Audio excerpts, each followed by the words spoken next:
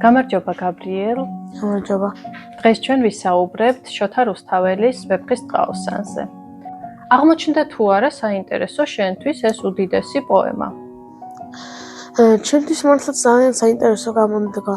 ძალიან მომწონს როცა წიგნს ვკითხულობ და ძალიან მომწონა ვეფხის ტყაოსანიც. შენ გიყვარს წიგნების კითხვა, მაგრამ თვითონ ვეფხის ტყაოსანი რითი მოგეწონა? აი რამ აღგიძრა ინტერესი, იმიტომ რომ ვეფხის ტყაოსანი დაიწერა მე-12 საუკუნეში. ახლა 21 საუკუნეა. ამ წიგნის მიხედვით მე ძალიან ბევრ რამეს სწავლობ ამისთან მიუხედავად იმის რომ ძველი წიგნია, მაინც ძალიან სასიამოვნოა კითხვა ძველი წიგნების. რადგან ეს პოემა დაწერილია ჩვენი ერთ-ერთი მთავარი მწერალის შოთა რუსთაველის მიერ. ძალიან ბევრი საიდუმლოებანია ამ წიგნში და ძალიან ბევრი თავგანწირვა ერთმანეთის გადასარჩენად.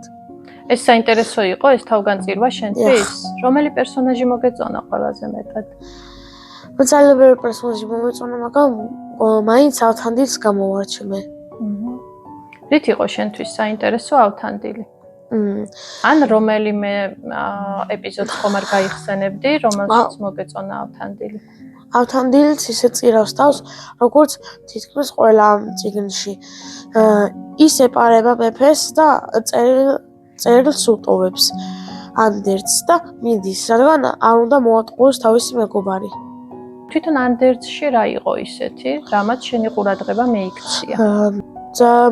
ერთ-ერთი ნათქვამი არის პლატონისგან სწავლა თქმულა ორ პირობა ავნებს ხორცა მერმე სულსა. თუ მოეტყუები და პირობას დადებ და არ შეასრულებ პირობას, მერე ეს ავნებს ხორცს და მერე სულსაც. რა შეიძლება ვისწავლოთ ავთანდილისგან 21 საუკუნის ადამიანებმა?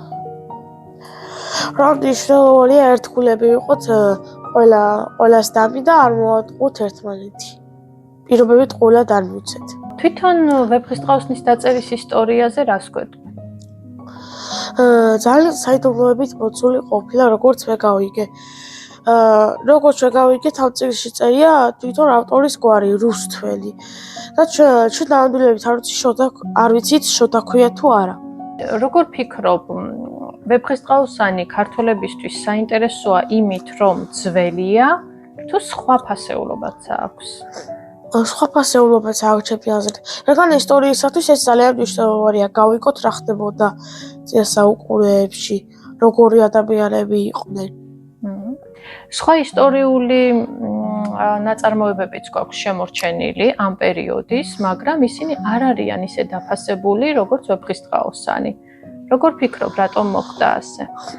ჩემი აზრით ვეფხის ტყაოსანი უფრო მეტად არის დაფასებული, იმიტომ რომ ძალიან ბევრი და ძველი ისტორიული ფაქტები არის მოგროვილი ამ წიგნში. რითი ჰგვანან და რით განსხვავდებიან ერთმანეთისგან მაშინდელი ადამიანები და დღევანდელი ადამიანები? მაშინდელ ადამიანებს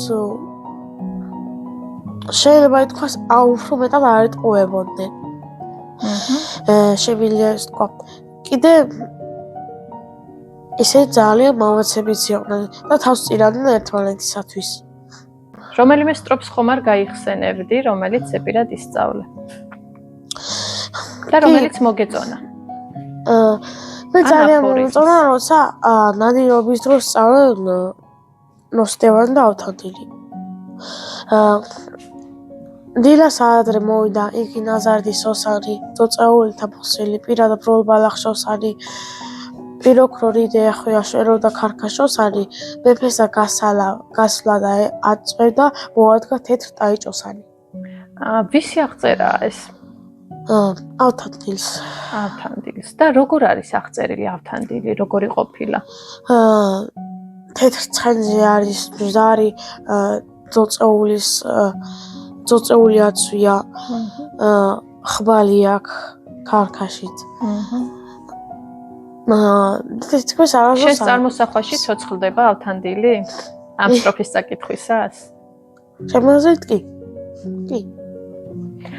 რომ შეგეძლოს გადახვიდე დროში მოგზაურო და გადახვიდე იმ ეპოქაში, სადაც ვეფხის ტყაოსნის გმირები ცხოვრობდნენ. იმოგზაურებდი? მოგწონს ეს რაინდული ეპოქა? კი, ძალიან მოწონს ეს რაინდები. ძალიან მოწონს ამები რაინდებზე ასევე. და მე მოგზაურები და ნახოთ როგორი ხალხი იყვნენ. დიდი მადლობა. მერს.